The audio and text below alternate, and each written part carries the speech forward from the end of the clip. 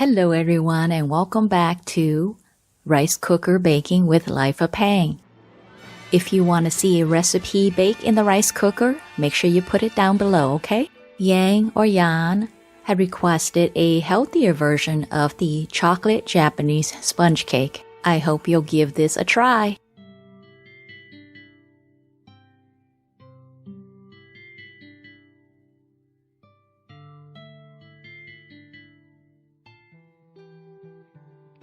We are going to use almond flour today, and if you're able to get superfine almond flour, that would be even better. Sift about 3/4 cup of almond flour, and we want the finest part only, not the rough parts. And then measure out 1/2 cup or 55 grams. Do not pack the flour if using a measuring cup.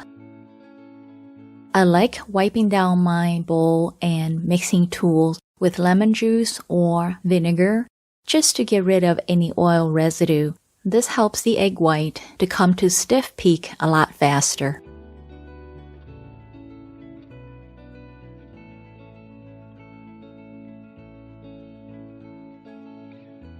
And make sure your eggs are at room temperature before starting. Now separate your egg however you like, but the best way is to crack your egg into an individual bowl and then fish out the yolk with your clean hands. The reason for the individual bowl is to prevent any egg yolk from getting in with your egg white. Any streak of egg yolk in your egg white will take longer for the egg white to whip up to stiff peak. Or use any egg separation tools you may have. I am using 90% cocoa, dark chocolate, but you can use anywhere from 70% cocoa to 90%.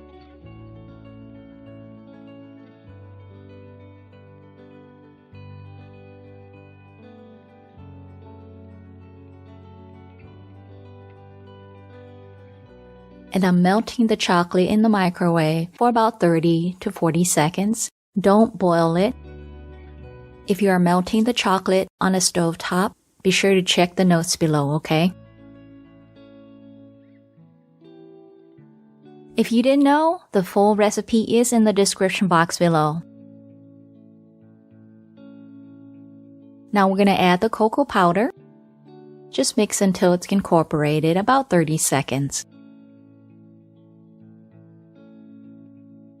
So for our main batter, go ahead and just mix your egg yolk, sugar substitute, and I'm using erythritol. Hard to say that word, huh? But make sure you use sugar substitute granules, not the liquid type.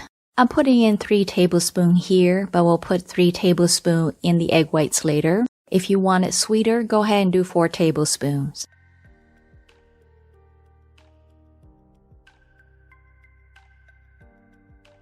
Now add the chocolate mix and whisk to combine. Add the flour at this time and just mix it until combined and let this sit while we beat the egg whites. So if you're brand new to baking in your rice cooker, make sure you watch to the end for some important tips. So with the egg white, beat for about 30 seconds until you see white foam starts to form. And then add any of your stabilizers like cream of tartar or lemon juice and beat for about 1 minute.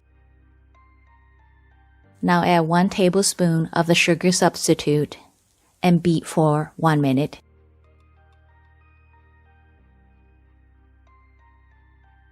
And repeat this process until all your sweetener has been added. If you want it sweeter, go ahead and do 4 tablespoons.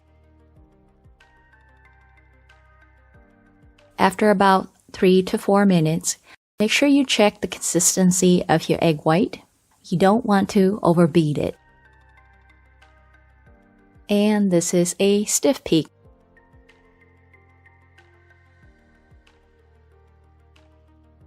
Now back to our batter.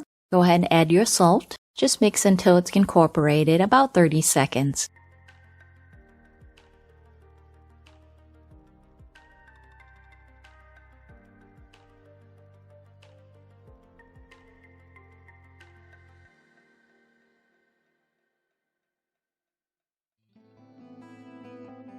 Then add about 1/3 of your egg white and slowly fold the egg white into the chocolate in one direction.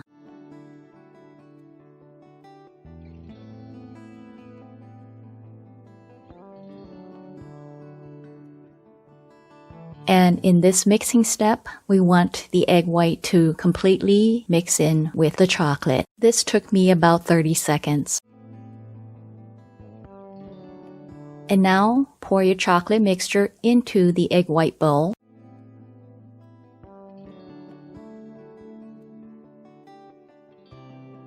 And this is very important that you fold this slowly. I'm not cutting out any of the footage so that you see in real time how I am folding in the batter.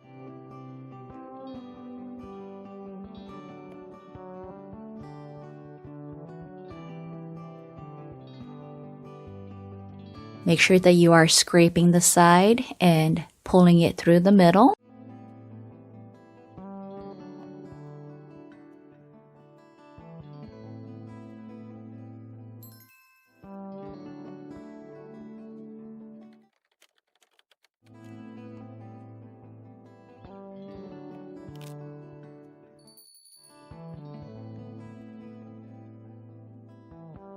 And scraping the bottom and turning it over.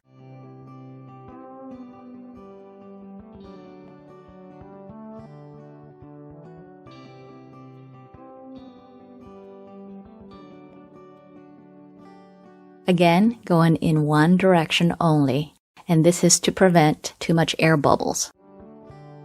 Slowly fold your batter until there's no more dark streaks of chocolate in the batter. And this step took me 1 minute and 30 seconds to do. And the batter should be light, airy, and creamy. Line your pot with parchment paper, but do not oil it.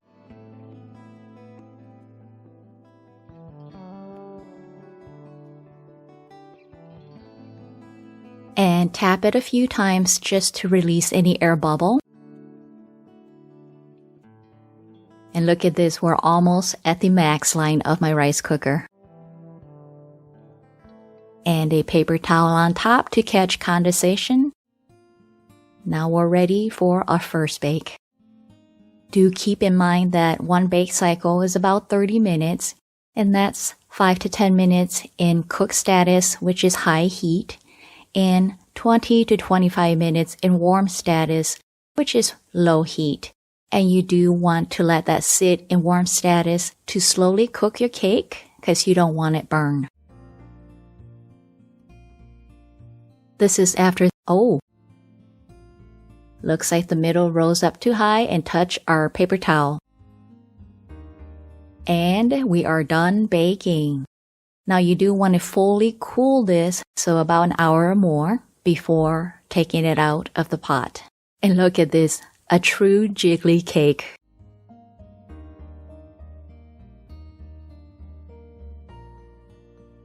Yeah, my camera is not focusing as fast.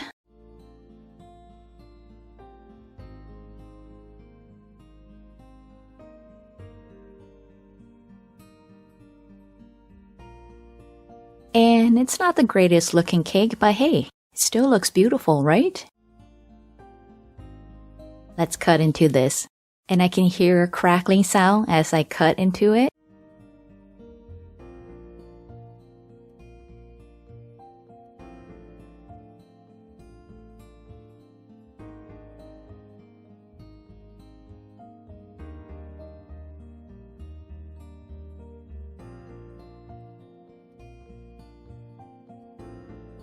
And yes, there's crackling sound as you're squeezing it.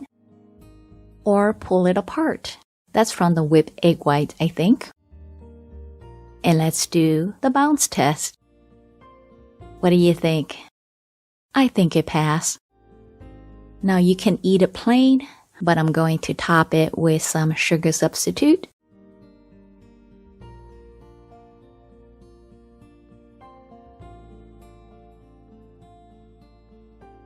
And this cake, it's definitely soft and moist and airy.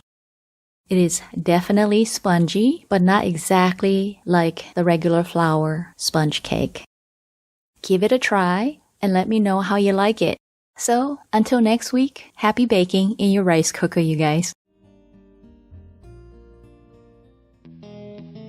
It's definitely not very sweet, so it's at a too sweetness level.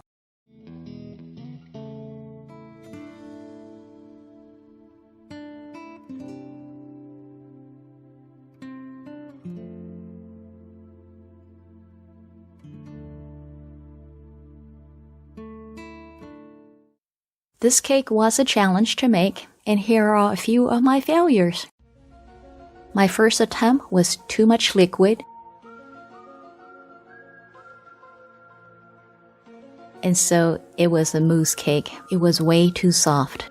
My second attempt was too much flour, and I did overmix the egg whites into it. So it's like a regular chocolate cake with almond flour. My third attempt, I used some baking powder, and it did yield an airy cake, so soft chocolate cake, but it deflated. My fourth attempt, I used baking soda. As you can see, it over-leavened and then super deflated. So I have a moon crater, or a cow pie.